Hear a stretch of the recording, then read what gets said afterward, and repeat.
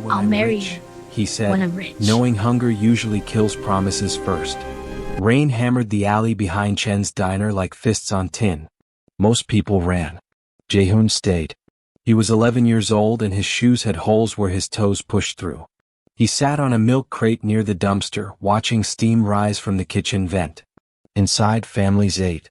Outside, he counted how many hours since his last meal. 36. The door swung open. A girl stepped out holding 2 white containers. She couldn't have been older than 10.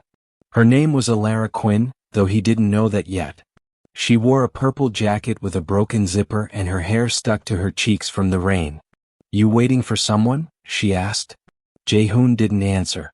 His throat was too dry. Alara looked back at the diner, then at him. She put 1 container on the crate. "I already ate," she lied. He stared at the food like it might vanish. "Fried rice. Chicken. Real chicken." "Go ahead," she said. "Hi, welcome to this beautiful storytelling channel. Thanks for watching. Kindly tell me what country you're from in the comments." Jaehoon ate so fast he choked. Alara handed him a bottle of water she'd tucked in her pocket. He drank. He didn't cry, but his hands shook. "Where's your family?" she asked. "Gone." "Gone where?" He didn't know how to explain that gone meant gone. That his mother's boyfriend got arrested. That social services came but he ran. That America was supposed to be different but hunger tastes the same everywhere. Alara sat down beside him on the wet pavement. She pulled something from her wrist, a thin red thread bracelet frayed at the edges. The kind you get from street vendors for $1. "My grandma says red thread connects people who are supposed to meet," she said. She tied it around his wrist. Her fingers were small and careful. "So you won't disappear." Jaehoon looked at the bracelet. Felt like nothing. Felt like everything. "I'll pay you back," he said. "You don't have to." "No. I will." His voice cracked. "When I'm rich, I'll marry you." Alara laughed. "Not mean. Just surprised. You don't even know my name." "Doesn't matter. I'm serious." She smiled like he'd told a joke. "Okay. Deal." The rain slowed. Jaehoon stood up. The container was empty. The bracelet hung loose on his thin wrist. "Where are you going?" Alara asked. "I don't know yet." "Will I see you again?" He nodded. But something in his eyes said he wasn't sure. He turned and walked toward the mouth of the alley where the streetlights buzzed. Alara watched him until he became a shadow, then nothing. She went back inside. Her mom asked why she looked wet. Alara said she dropped something outside. She didn't mention the boy. She didn't think she'd need to remember him. That night, Jaehoon didn't sleep in the alley. He walked 6 blocks to the overpass where other kids sometimes gathered. But when he got there, 2 men were waiting. They spoke Korean. Low voices. Fast words. One grabbed his arm. The other checked his pockets. "Where's your family, kid?" Jaehoon tried to pull away. The man's grip tightened. "Relax. We're helping you." A black car pulled up. No plates. Tinted windows. They pushed him inside. He hit the seat hard. The door slammed. Through the window he saw the city lights start to move. He looked down at his wrist. The red bracelet was still there. He didn't know it yet, but that thread was the only thing that would survive the next 20 years. Hunger didn't break him. The men who found him did. The car smelled like cigarettes and leather. Jaehoon pressed himself against the door, but it wouldn't open. The 2 men sat on either side of him. One scrolled through his phone. The other stared straight ahead like Jaehoon didn't exist. "Where are you taking me?" Jaehoon whispered. No answer. The city blurred past the window. Street signs he couldn't read. Buildings that looked the same. They drove for what felt like hours but was probably 20 minutes. When the car finally stopped, they were in front of a warehouse. Rust covered the walls. No lights except one bulb above a metal door. They pulled him out. His legs barely worked. One man gripped his shoulder and steered him inside. The room was cold. Concrete floors. A table in the center with one chair. An older man sat there, silver hair slicked back, suit too clean for a place like this. He didn't look up when Jaehoon entered.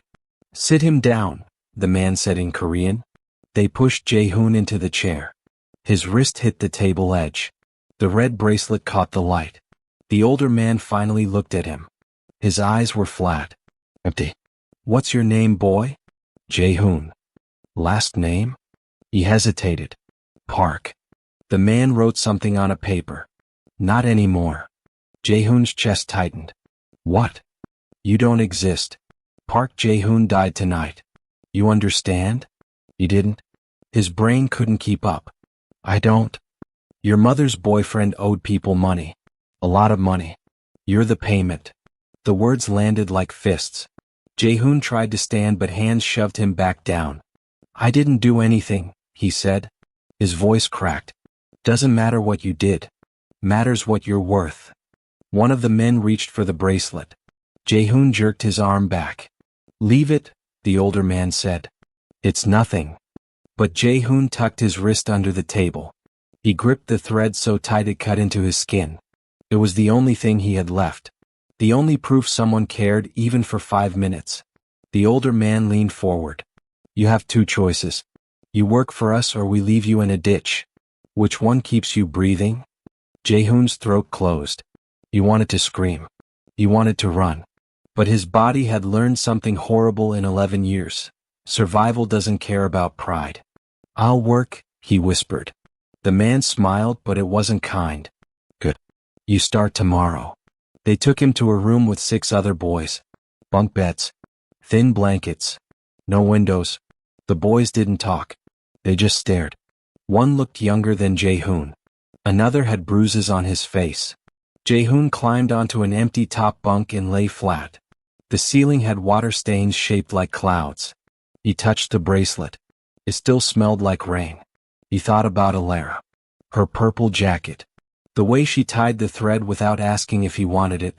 The way she smiled when he made that stupid promise. I'll marry you when I'm rich. He almost laughed. Rich. He didn't even have shoes that fit. A voice came from the bunk below. First night? Yeah. It gets worse. Jae-hoon didn't ask how. He already knew the answer was everything. The next morning they woke him at 5. No breakfast. Just orders. Move boxes. Don't ask questions. Don't look people in the eye. The work wasn't hard, but the fear was. Every mistake got punished. Every hesitation got noticed. By the end of the first week, Jae-hoon stopped flinching.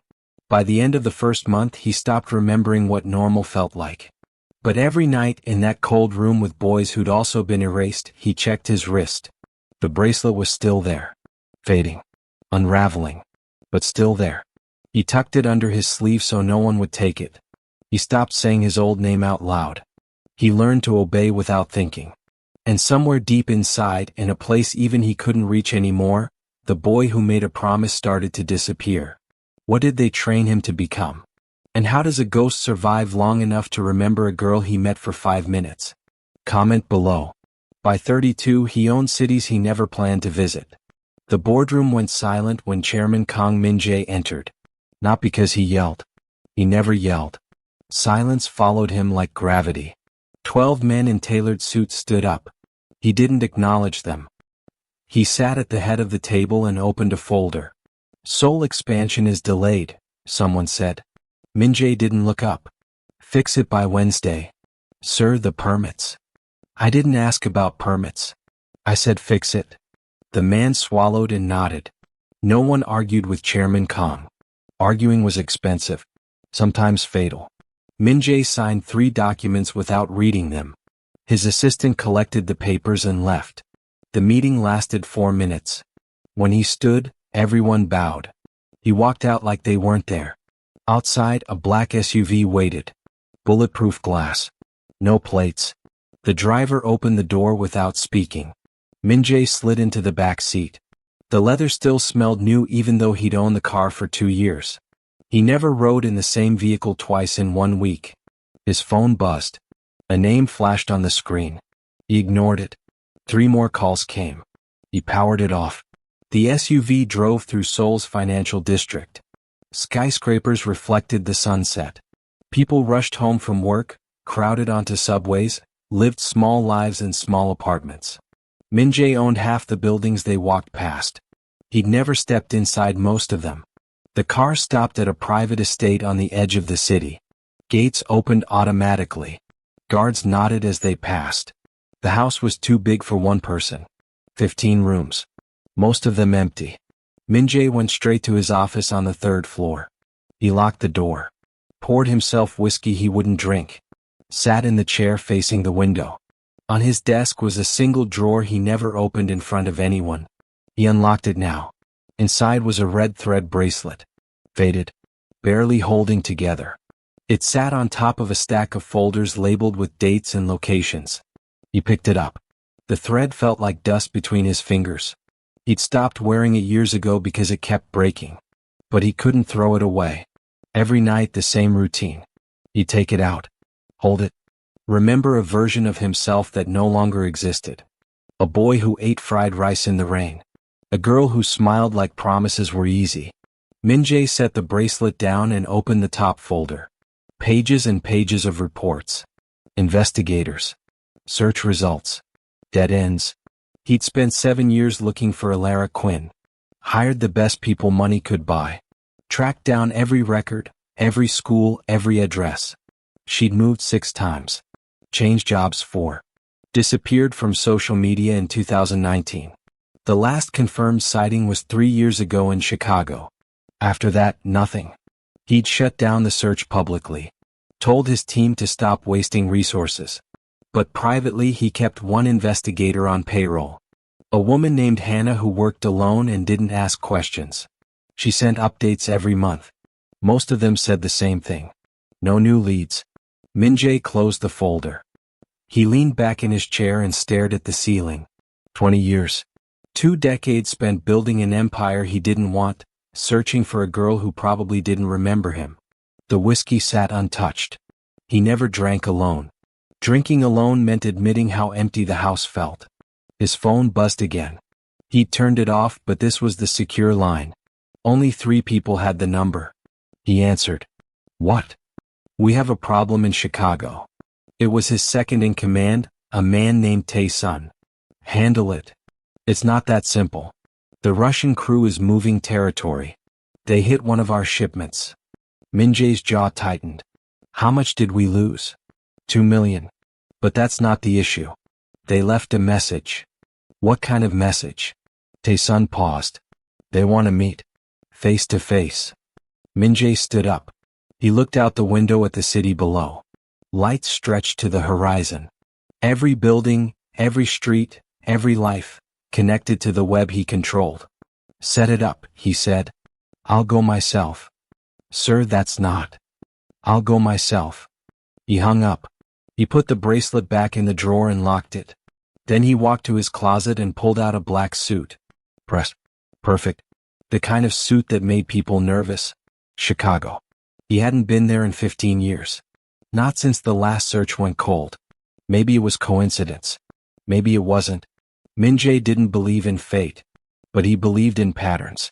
And something about this felt like the beginning of one. He grabbed his coat and headed for the door. The house stayed dark behind him. Empty rooms. Silent halls. A prison built for money and violence. By morning he'd be on a plane. By tomorrow night, he'd be in the same city where a girl once tied a bracelet on a starving boy's wrist. He spent millions trying to find a girl who never knew she was missing. The private jet landed in Chicago at 3 a.m. Min-jae didn't sleep on the flight. He never slept well anymore. The city looked different from the air. Smaller than he remembered but still sprawling. Lights stretched across the lakefront like scattered stars. Tae-sun met him at the hangar with 2 cars and 4 guards. Min-jae waved the guards off. Just you, he said. They drove through empty streets toward a hotel downtown. But Min-jae wasn't looking at the route. He was looking at neighborhoods. Street signs. Anything that might trigger a memory from 20 years ago. The meeting's set for tomorrow night, Tae-sun said. Neutral ground. A warehouse near the docks. Min-jae nodded but didn't respond. His mind was somewhere else. Sir, are you listening? I heard you. Tae-sun glanced at him. You've been distracted since we landed. I'm fine. But he wasn't. Chicago did something to him. It pulled at a part of his brain he tried to bury. The last time he was here, he'd stood outside an apartment building for 2 hours, waiting to see if Alara Quinn still lived there. She didn't. The landlord said she'd moved 3 years prior. No forwarding address. That was 2020. 5 years ago. The trail went cold after that. Min-jae had ordered the search closed. Told his team it was a waste of time. But 6 months later he called Hannah again. Find her, he said. He grabbed his coat and headed for the door. The house stayed dark behind him. Empty rooms. Silent halls. A prison built from money and violence. By morning he'd be on a plane. By tomorrow night, he'd be in the same city where a girl once tied a bracelet on a starving boy's wrist. He spent millions trying to find a girl who never knew she was missing. The private jet landed in Chicago at 3 a.m. Min-jae didn't sleep on the flight. He never slept well anymore. The city looked different from the air, smaller than he remembered but still sprawling. Lights stretched across the lakefront like scattered stars. Tae-sun met him at the hangar with 2 cars and 4 guards. Min-jae waved the guards off. Just you, he said. They drove through empty streets toward a hotel downtown. But Min-jae wasn't looking at the route. He was looking at neighborhoods, street signs, anything that might trigger a memory from 20 years ago. The meeting set for tomorrow night, Tae-sun said. Neutral ground. A warehouse near the docks. Min-jae nodded but didn't respond. His mind was somewhere else. Sir, are you listening? I heard you. Tae-sun glanced at him. You've been distracted since we landed. I'm fine. But he wasn't. Chicago did something to him. It pulled at a part of his brain he tried to bury. The last time he was here, he'd stood outside an apartment building for 2 hours, waiting to see if Alara Quinn still lived there. She didn't. The landlord said she'd moved 3 years prior. No forwarding address. That was 2020. 5 years ago. The trail went cold after that. Min-jae had ordered the search closed. Told his team it was a waste of time. But 6 months later he called Hannah again. Find her, he said. I thought you wanted me to stop. I changed my mind. Hannah didn't ask why. She just sent him a bill and got back to work. The hotel suite was on the 40th floor. Floor-to-ceiling windows overlooking the city. Min-jae stood at the glass and pulled out his phone. He scrolled to Hannah's contact and called. She answered on the second ring. You're in Chicago. How did you know? You only call me when you're close to something. Min-jae almost smiled. Almost. Any updates? Maybe. I found an old employer reference from 2022. She worked at a community center on the south side. Part-time. They said she left after a year, but one of the coordinators remembers her. Did they say where she went? No. But the coordinator still works there. I can set up a meeting. Min-jae's chest tightened. Do it. When? Tomorrow morning. He hung up and stared at the city. Somewhere down there, in one of those buildings, Alara might be living her life. Working. Sleeping. Forgetting a boy she fed 20 years ago. The thought made his stomach twist. He sat down on the couch and opened his briefcase. Inside were the same folders he'd carried for years. Maps of Chicago with addresses circled in red. School records he'd bought off clerks. Employment histories pulled from databases that weren't supposed to be accessible. He'd bought 3 properties in Chicago just to access their tenant archives. Spent $200,000 bribing a records office to pull deleted files. Hired investigators in 4 states. And for what? A 5-minute memory of a girl who probably didn't even remember his face. But she remembered the promise. He was sure of that. People don't forget promises like that. Even when they should. Min-jae pulled the red bracelet from his pocket. He always carried it now, even though it was too fragile to wear. He ran his thumb over the frayed thread. I'll marry you when I'm rich. He was rich now. Richer than he ever imagined. But the promise felt heavier than it did back then. His phone buzzed. A text from Hannah. Meeting set. 9 a.m. I'll send the address. Min-jae didn't reply. He just stared at the message until the screen went dark. The next morning he skipped the business meeting. Tae-sun tried to argue, but Min-jae shut him down. Handle it yourself. Sir, they're expecting you. Then tell them I'm busy. He took an unmarked car to the south side. The community center was a low brick building with peeling paint and a cracked parking lot. A banner hung over the door, "Safe Space. Open Hearts." Hannah was waiting outside. She wore a gray coat and sunglasses even though it was cloudy. "The coordinator's name is Iris," she said. "She's inside. I told her you're a donor." Min-jae nodded and walked in. The lobby smelled like coffee and old carpet. Kids ran past him toward a gym in the back. A woman in her 50s stood behind a desk, smiling. "You must be Mr. Kong," she said. "I am." "Hannah said you wanted to ask about one of our former volunteers?" "Elara Quinn." Iris's face softened. "Oh, Elara. Yes, I remember her. Sweet girl. Quiet. She helped with after-school programs for about a year. Do you know where she went?" Iris hesitated. "I'm not sure I should." Min-jae pulled out an envelope. $10,000 in cash. He set it on the desk. "For the center," he said. Iris stared at the envelope. Then at him. She took it. "She moved to a housing complex near Pilsen. I don't have an address, but she mentioned it once. Said she was trying to help with tenant rights or something." Min-jae's pulse quickened. "When was this?" "Maybe 6 months ago. She stopped by to drop off some books." 6 months. She was here. Recently. "Thank you," Min-jae said. He turned and walked out before Iris could say anything else. Hannah was waiting by the car. "Did you get what you needed?" "Yes." "What now?" Min-jae looked at the city stretching out in front of him. 20 years of searching. And now he was close. Closer than he'd ever been. "Now we find her." She heard the promise again, this time from a man the room feared. The community meeting room was packed. 40 people crammed into a space meant for 20. Folding chairs lined the walls. The air smelled like burnt coffee and frustration. Elara Quinn stood near the back, holding a clipboard with petition signatures. She'd been fighting this fight for 3 months. The landlord wanted to double the rent. Families would be forced out. Kids would lose their schools. Nobody with power cared. "We need someone to speak," the organizer said. "Who wants to go first?" Silence. Elara raised her hand. "I will." She walked to the front. Her voice shook at first, but she pushed through. She talked about Mrs. Chin on the 4th floor who'd lived there for 12 years. About the Ramirez family with 3 kids in elementary school. About how this wasn't just about money, it was about survival. The room listened. But no one with authority was there to hear it. Then the door opened. A man stepped inside. Late 30s. Black suit. No tie. His presence cut through the noise like a blade. 2 men followed him, but they stayed by the door. The room went quiet. Elara kept talking, but her words slowed. Everyone was looking at the man. He didn't apologize for being late. He just moved to the side and leaned against the wall, arms crossed. His eyes found hers. Elara's breath caught. She didn't know why. She kept going, finishing her speech, but her focus split. She couldn't stop glancing at him. When she finished, scattered applause followed.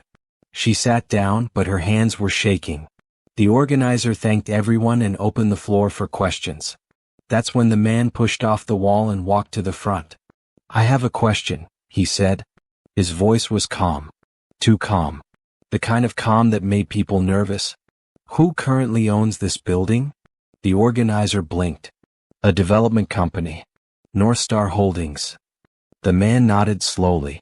"And you've tried negotiating?" "They won't meet with us." "They will now." The room stirred. Someone whispered, "Who is this guy?" The man didn't introduce himself. He just pulled out his phone, made one call, and spoke in Korean. "Oh." Clip. When he hung up, he looked at the organizer. "You'll have a meeting by Friday. Rent stays the same for 2 years." Silence. "How?" the organizer started. "It's handled." The man's eyes shifted back to Elara. He stared at her like he was trying to solve a puzzle. Then he noticed it. Her wrist. She was fidgeting with a small red thread bracelet. Faded. Barely hanging on. His entire body went still. Elara followed his gaze. She touched the bracelet self-consciously. "What?" The man stepped closer. Slowly. Like he was afraid she'd vanish. "Where did you get that?" His voice cracked. "Just barely." But she heard it. Elara's mind raced.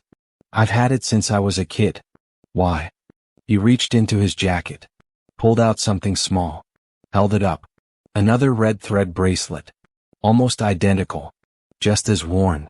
Elara's stomach dropped. Do you remember? He asked quietly. Her heart pounded. She stared at his face. Really looked. The sharp jaw. The scar above his left eyebrow. The way his eyes softened when he looked at her. And then it hit. 20 years ago. Rain. A boy with dirty shoes. Fried rice in a white container. I'll marry you when I'm rich. Jaehoon, she whispered. The room disappeared. It was just them. He nodded once. His throat moved like he was trying to swallow something too big. Elara stepped back. Her hand went to her mouth. You, how? I looked for you, he said. For 20 years. Her legs felt weak. She grabbed the edge of a chair. You disappeared, she said. That same night. I went back to the alley and you were gone. I know. I thought you were dead. His face tightened. I was. For a long time. Someone in the room coughed. Elara remembered they had an audience. 40 people watching this unfold like a movie. She looked at him again. At the suit. The guards by the door. The phone call that fixed an unfixable problem in 60 seconds. What are you now? She asked. Before he could answer, the window exploded. Glass shattered inward. People screamed. Elara hit the floor. Strong hands grabbed her, yanked her down behind a table. It was him. Jaehoon? No, someone else now. His body covered hers. She heard shouting. More breaking glass. Gunshots. She couldn't breathe. Couldn't think. He pulled her up and dragged her toward the side exit. His guards were already moving, weapons drawn, shouting orders. Stay low, he said. What's happening? Not now. They burst through the exit into an alley. A black SUV screeched to a stop. He shoved her inside.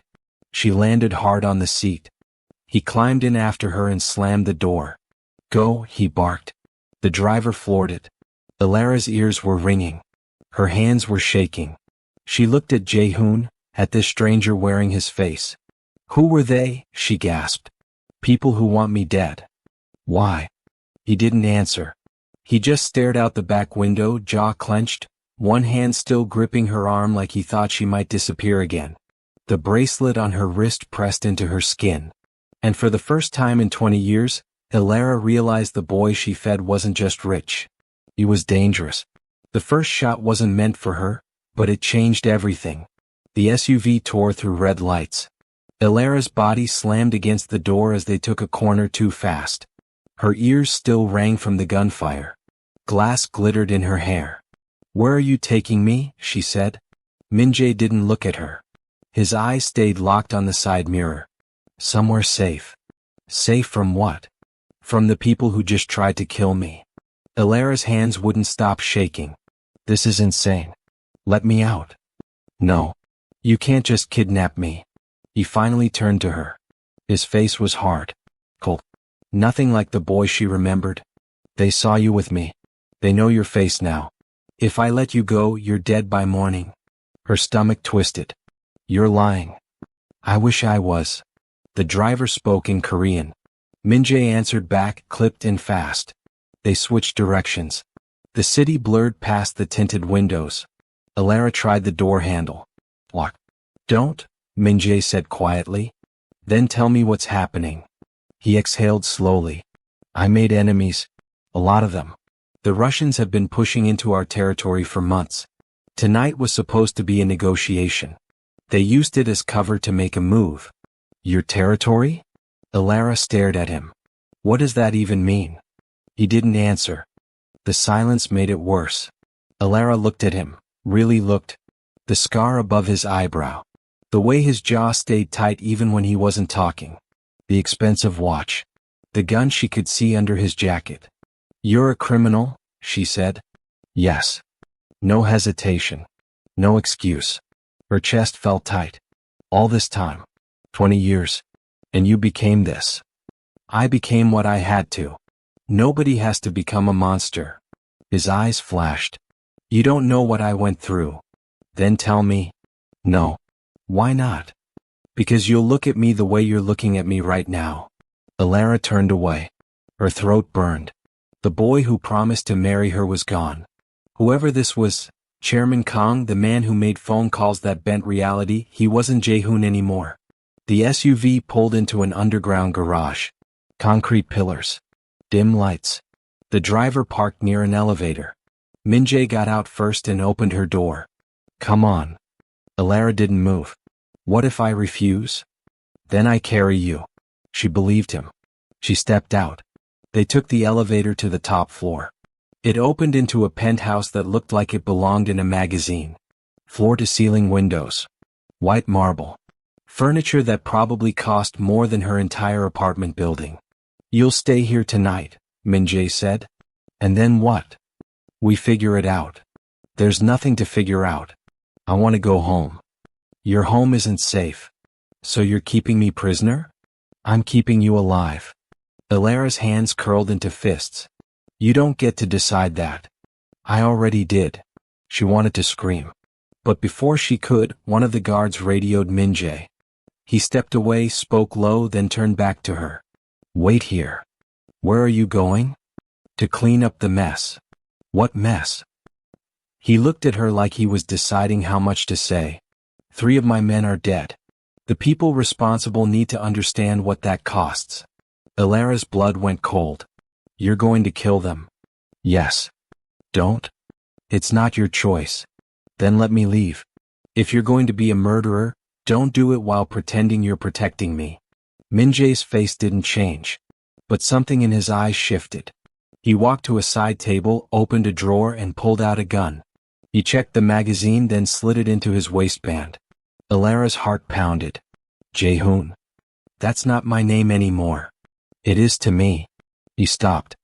His back was to her, but his shoulders tensed. You don't know me, he said quietly. I know you kept your promise. You found me. Finding you was the easy part. He turned around. His eyes were hollow. Tired. The hard part is living with what I had to do to get here. Before she could respond, his phone rang. He answered it. Listen. His face went dark. When, he said. Pause. How many? Another pause. He hung up and looked at Alara. For the first time since the meeting, she saw fear in his eyes. What? She asked. They didn't just hit the meeting. They hit my building in Seoul. 6 dead. Including my assistant. Alara's breath caught. Min-jae's jaw tightened. He walked to the window and stared out at the city. This is war now, he said. Alara didn't know what to say. She stood there, frozen, watching a man she used to know turn into someone she didn't recognize. He pulled the red bracelet from his pocket. Held it up to the light. I kept this for 20 years, he said. I told myself if I ever found you, everything would make sense. That all the blood, all the violence, it would be worth it. He turned to face her. But you're right. I'm a monster. And monsters don't get happy endings. He set the bracelet on the table between them. Then he walked toward the elevator. Wait, Alara said. Where are you going? To finish this. The elevator doors opened. He stepped inside. Don't leave, she said. Her voice cracked. He looked at her one last time. His eyes were empty. You should have let me stay gone. The doors closed. And Alara was alone in a penthouse that felt like a cage, holding a bracelet that used to mean hope. You promised me a life, she said. Not a body count. Alara didn't sleep. She spent the whole night staring at the city lights through the penthouse windows, the red bracelet twisted around her fingers. Every sound made her jump. Every shadow felt like a threat. At 6 a.m. the elevator doors opened. Min-jae stepped out. His suit was gone. He wore a black t-shirt and jeans. Blood spattered his knuckles. He didn't look at her. Just walked straight to the bar and poured whiskey into a glass. Alara stood up. Her legs were stiff from sitting curled on the couch all night. Did you kill them? She asked. He drank the whiskey in one swallow. Yes. How many? Does it matter? Yes. He set the glass down hard. 4. Alara's stomach turned. She wanted to throw up. She wanted to scream. But her voice came out quiet. Shaking. You're a murderer. I know. And you don't even care. Min-jae finally looked at her. His eyes were bloodshot. Exhausted. I care. That's the problem. Then stop. I can't. Why not? Because if I stop, everyone I've built dies. Including you. Alara stepped closer. Her hands trembled, but she didn't back down. I didn't ask you to build this. I didn't ask you to find me. I fed you once when we were kids. That's it. That doesn't make me responsible for what you became. His jaw clenched. You think I don't know that? Then let me go. No. You can't keep me here. Watch me. She grabbed the bracelet from the table and threw it at him. It hit his chest and fell to the floor. I don't want your promise, she said. Her voice cracked. I don't want any of this. Min-jae stared at the bracelet on the ground. He didn't pick it up. You think this is what I wanted? He said quietly. You think I chose this? Everyone has choices. Not when you're 11 and men throw you in a car. Not when they tell you your name doesn't exist anymore. Not when survival means doing things that kill the part of you that used to feel human. Alara's throat tightened. What happened to you? Everything. You walked to the window. They trained me, broke me, built me into something useful. By the time I was 16, I'd seen more death than most people see in a lifetime. By 20, I was running operations. By 25, I was untouchable. And the boy who made a promise? He died in that warehouse the night they took me. Alara wiped her eyes. She didn't want to cry. Not for him. Not for this. Then why keep the bracelet? She asked. Min-jae didn't answer right away. When he spoke, his voice was barely above a whisper. Because it was the last thing that felt real. The silence pressed down between them. Alara sat down on the couch. Her body felt heavy. Exhausted. What do you want from me, Jae-hoon? Don't call me that. Why not? It's your name. Not anymore. It's the only part of you I recognize. He turned to face her. His expression was unreadable. You want to know what I want? I want to go back. I want to be the kid who ate your food and made stupid promises. I want to live in a world where the worst thing that happens is going hungry. But I can't. That world doesn't exist for me. So you built this one instead. Yes. And now you're trapped in it. He didn't deny it. Alara stood up and walked over to where the bracelet had fallen. She picked it up, held it in her palm. You spent 20 years looking for me, she said. Why? Because you were the only person who ever looked at me like I mattered. I was 10 years old. I know. But it was enough. Alara's chest ached. She wanted to hate him. She wanted to walk out and never look back. But part of her, some stupid, stubborn part, still saw the boy in the rain. If I stay, she said slowly, I need the truth. All of it. No more secrets. Min-jae's eyes searched hers. You don't want that truth. Let me decide. He exhaled. Nodded once. Then he walked to a door on the far side of the penthouse. Unlocked it. Pushed it open. Come here. Alara hesitated. Then followed. The room was dark. He flipped a switch. The walls were covered. Photos. Documents. Maps. Timelines written in red marker. String connecting one piece to another like a conspiracy board. But it wasn't a conspiracy. It was her. Every photo was of Alara. School pictures. Candid shots from a distance. Addresses circled.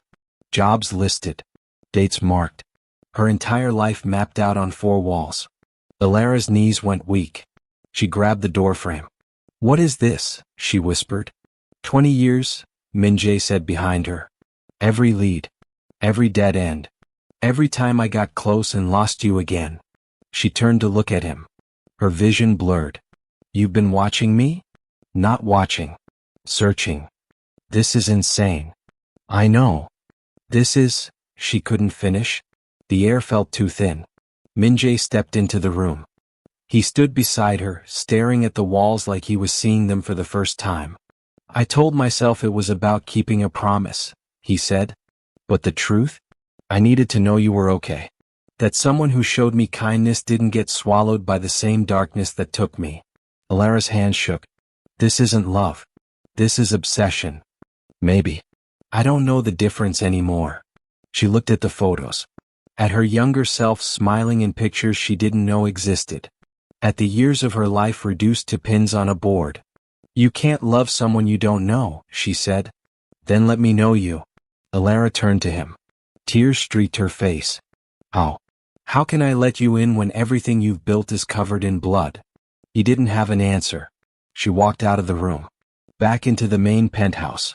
She needed air. Space. Something that wasn't suffocating. Minjae followed. Alara. Don't. She held up her hand. Just, don't.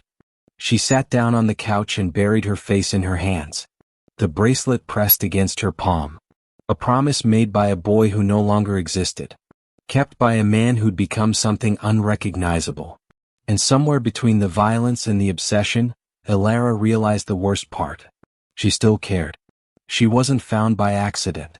She was hunted by love. Alara couldn't stop thinking about the room.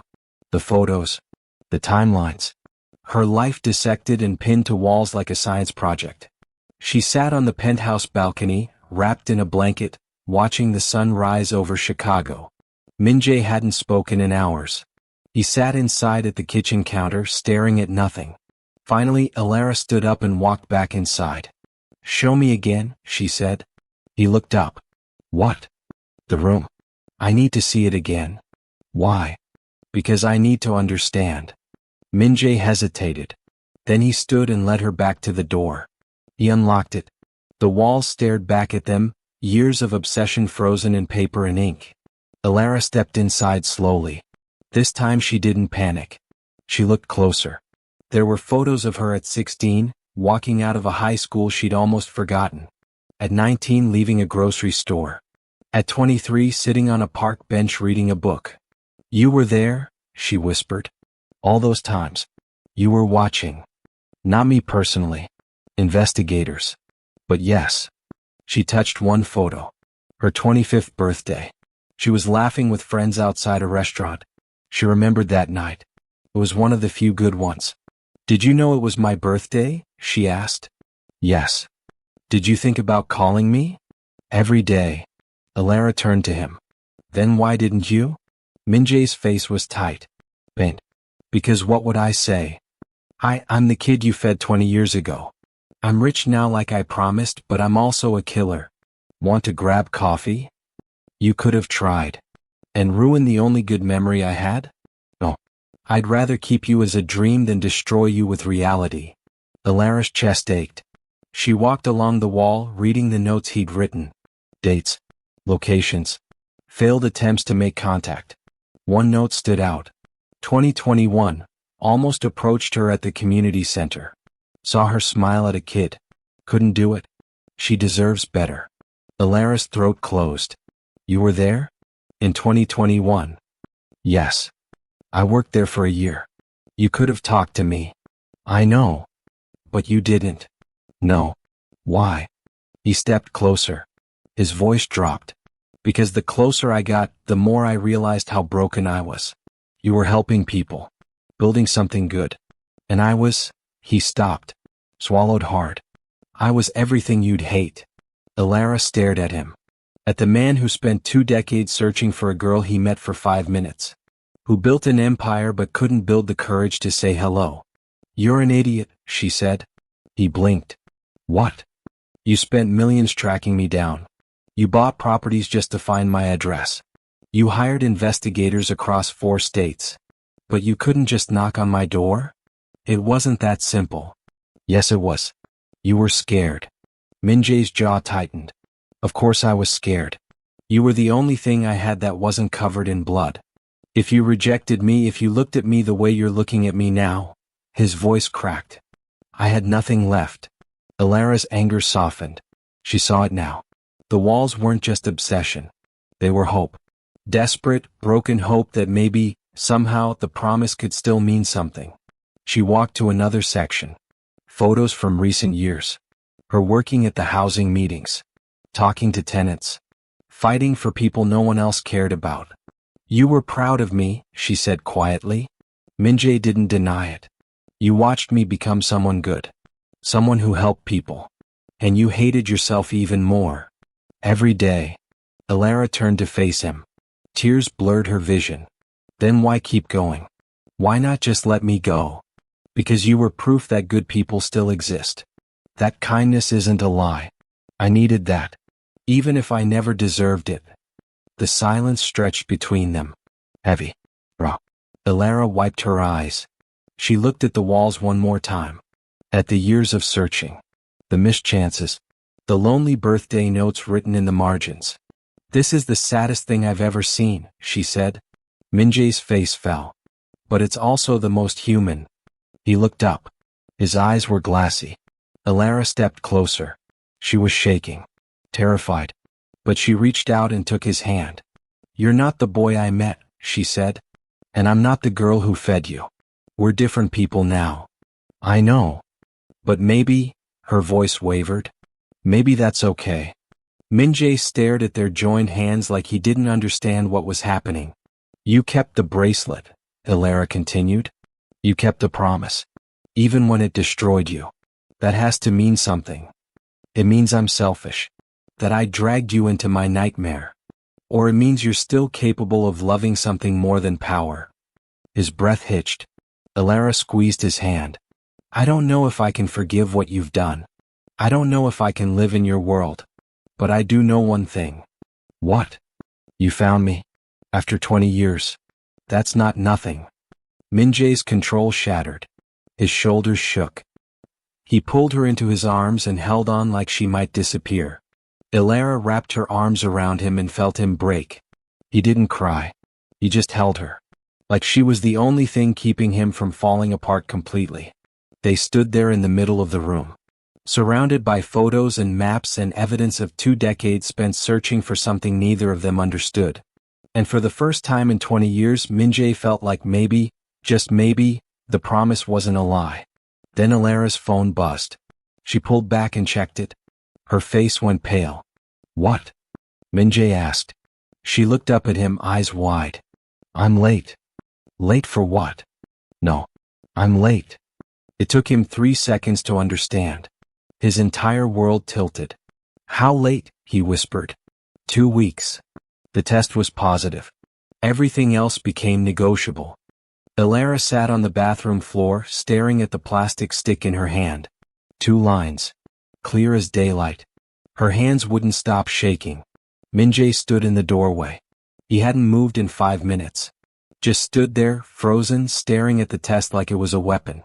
Say something, Elara whispered. He couldn't. His brain had stopped working. Baby. His baby. With the only person who ever mattered. In the middle of a war.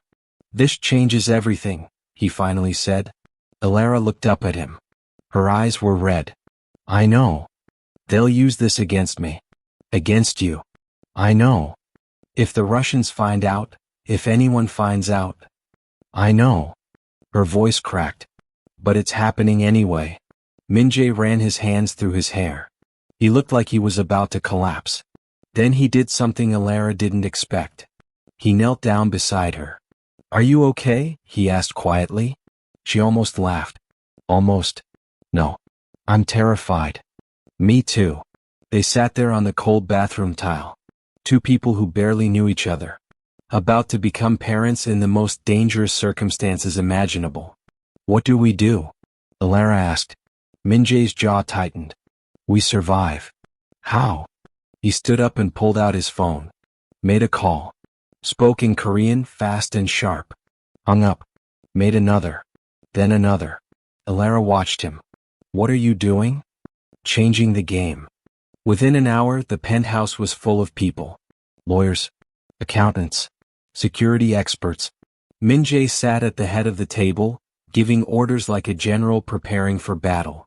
I want every offshore account liquidated by Friday, he said. Move everything into clean investments. Real estate. Tech. Nothing that can be traced back to the syndicate. One of the lawyers looked confused. Sir, that will cost us. I don't care what it costs. Do it. But the board? The board answers to me. Move the money. Elara stood in the corner, arms wrapped around herself. She felt invisible. Like she was watching someone else's life unfold. Min-jae noticed. He dismissed everyone except Tae-sun, his second in command. What's happening? Alara asked when the room cleared. Min-jae sat down on the couch. He looked exhausted. I'm getting out. Out of what? All of it. The syndicate. The operations. The violence. Tae-sun's face went pale. Sir, you can't just. Watch me. They won't let you walk away. They don't have a choice. Alara stepped closer. You're serious? Min-jae looked at her. Really looked. You think I'm raising a kid in this world? You think I'm letting my child grow up the way I did? His voice was steady. Certain. For the first time since she'd seen him again, he didn't sound broken. He sounded determined. It'll take time, he continued. 6 months. Maybe a year. But I'll dismantle it piece by piece. Sell off the dirty assets. Pay people off. Make exits for anyone who wants out. And the people who don't want you to leave? Alara asked. Min-jae's face hardened. I'll handle them. You mean kill them? If I have to. Alara's stomach turned. I can't. This is exactly what I'm talking about. You say you're getting out, but you're still? I'm protecting you, he interrupted. And our child. That's all that matters now. But at what cost? Whatever it takes. Tae-sun cleared his throat. Sir, the Russians won't wait 6 months. They're already moving. Min-jae stood. Then we move faster. Cut all ties to Chicago operations. Shut down the ports. Transfer control to neutral parties. That's half our revenue. I don't care. The board will revolt. Let them. Anyone who challenges me gets bought out or buried. Their choice. Alara watched him work. Watched him tear down the empire he'd spent 20 years building. And for the first time she saw something that terrified her. He wasn't doing this for redemption. He was doing this because he had something to lose now. That night, after everyone left, Min-jae found Alara on the balcony. She was wrapped in a blanket, staring at the city lights. You should rest, he said. I can't. He sat down beside her. What are you thinking? That this is insane. That I don't even know you. That we're having a baby in the middle of a nightmare. I know. And I'm scared you're going to get killed before you ever meet them. Min-jae's throat tightened. He reached for her hand. I won't. You can't promise that. I can try. Alara turned to him. Her eyes were filled with tears. What if getting out isn't enough? What if they come for us anyway?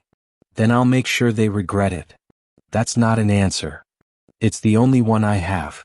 Alara pulled her hand away. I need more than that. This baby needs more than that.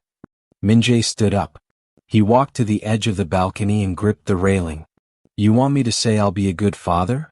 I don't know how. You want me to say everything will be okay? I can't. But I can promise you this. He turned to face her. I will burn down everything I've built to keep you both safe. Every connection. Every alliance. Every piece of power I have. I'll destroy it all if it means you survive. Alara's breath caught. And when it's over, he continued, when there's nothing left but us, maybe then I'll figure out how to be the person you deserved 20 years ago. Tears streaked her face. She stood and walked over to him. Took his hands in hers. I don't need the person from 20 years ago, she said. I need the person who's standing here right now. The one who's willing to walk away from everything. Min-jae's eyes glistened. What if I can't do it? What if I fail?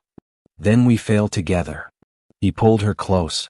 Held her like she was the only thing keeping him anchored to the world. And somewhere in the darkness, a decision solidified. He would get out. No matter the cost. Even if it meant becoming the monster one last time. 3 days later, Min-jae got a call. A meeting. Neutral ground. The Russians wanted to negotiate. Tae-sun warned him it was a trap. Min-jae went anyway. He didn't marry her because he was rich. He married her because he stopped being dangerous. The meeting never happened. Min-jae called it off at the last second. Tae-sun nearly had a heart attack. Sir, they'll see this as weakness, Tae-sun said. Good. Let them. They'll push harder. Then we push back smarter. No more bloodshed. We negotiate everything from now on. Took 8 months. 8 brutal, Exhausting months of closed-door deals and legal maneuvering. Min-jae sold off properties, transferred assets, paid out enemies to walk away. Some took the money. Others didn't. The ones who didn't got visited by lawyers, not killers. Alara watched him change. Slowly. Painfully. He stopped carrying a gun. Started sleeping more than 3 hours a night. The darkness under his eyes faded. His hands stopped shaking when he thought she wasn't looking. By the time her belly started showing, he'd cut ties with 70% of his old operations. By the time she hit 6 months he was clean. Not forgiven. Not redeemed. But clean. The wedding was small. City Hall. No guests except Tae-sun and Hannah, the investigator who'd helped him find Alara. Hannah cried. Tae-sun looked uncomfortable in a suit that wasn't tactical gear. Alara wore a simple white dress. Min-jae wore gray. No tie. He hated ties now. Said they felt like nooses. She carried a bouquet of wildflowers. Woven into the stems was a red thread bracelet, barely holding together but still there. When the officiant asked if he took Alara to be his wife, Min-jae's voice cracked. I do. When Alara said the same, she squeezed his hand so tight her knuckles went white. They kissed. It was soft. Tentative. Like two people learning how to be gentle. Afterward they went to a diner. Not fancy. Just a local spot with cracked vinyl booths and coffee that tasted burnt. Min-jae ordered fried rice and chicken. Alara watched him take the first bite. Saw the way his eyes closed. The way his shoulders relaxed. You okay? She asked. He nodded. Yeah. Just. He looked at the food. Last time I ate this I was 11. Alara's chest tightened. She reached across the table and took his hand. You're not that kid anymore. I know. But you're not the man you were 6 months ago either. Min-jae looked at her. At the belly visible beneath her sweater. At the bracelet on her wrist that matched his. Who am I now? He asked quietly. I don't know yet. But we'll figure it out together. 3 months later their daughter was born. 7 pounds 4 ounces. She had Alara's eyes and Min-jae's dark hair. They named her Hannah, not after the investigator but after the Korean word for one. One chance. One new beginning. Min-jae held her in the hospital room and cried for the first time in 20 years. I don't know how to do this, he whispered. Alara smiled through her exhaustion. Neither do I. We'll learn. They moved out of the penthouse. Bought a house in the suburbs. Nothing flashy. Just 3 bedrooms, a small yard, and neighbors who didn't know what Chairman Kong used to be. Min-jae learned to change diapers. Alara taught him how to make scrambled eggs without burning them. They took turns waking up at 2 a.m. when Hannah cried. It was ordinary. Painfully, beautifully ordinary. But the past didn't disappear completely. Some nights Min-jae woke up gasping. Alara would hold him until the nightmares faded. Some days he stared at nothing for too long. She'd touch his shoulder and bring him back. He was healing. But healing takes time. 2 years later they were at a park. Hannah toddled across the grass, chasing pigeons. Alara sat on a bench, watching. Min-jae stood nearby, hands in his pockets. That's when he saw the boy. Skinny. Maybe 9 years old. Sitting alone on the far bench. His jacket had holes. His shoes didn't fit right. He was watching other families eat lunch. Min-jae's chest tightened. He walked over. Slowly. The boy looked up, eyes wide. Defensive. You hungry? Min-jae asked. The boy didn't answer. Just stared. Min-jae pulled out his wallet. Handed the kid a 20. There's a food truck across the street. Get yourself something. The boy took the money like it might vanish. Why?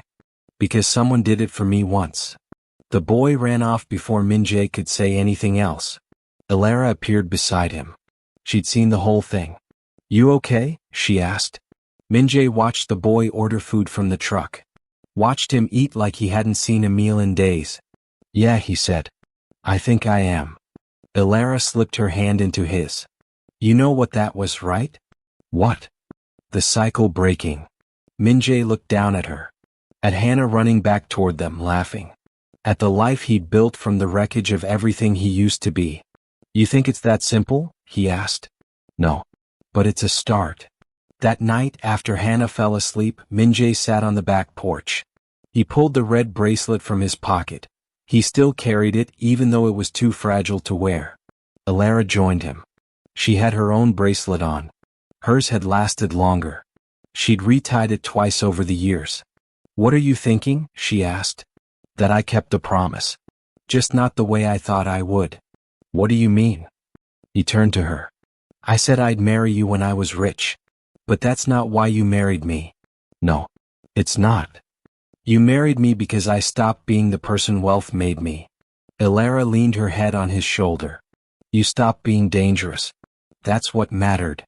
Minjae wrapped his arm around her. They sat in silence watching the stars. Inside, Hannah slept peacefully. Unaware of the darkness her father had walked through to reach this moment. And somewhere in the quiet, Minjae realized something. The promise wasn't about money. It never was. It was about becoming someone worth coming home to. He'd finally made it.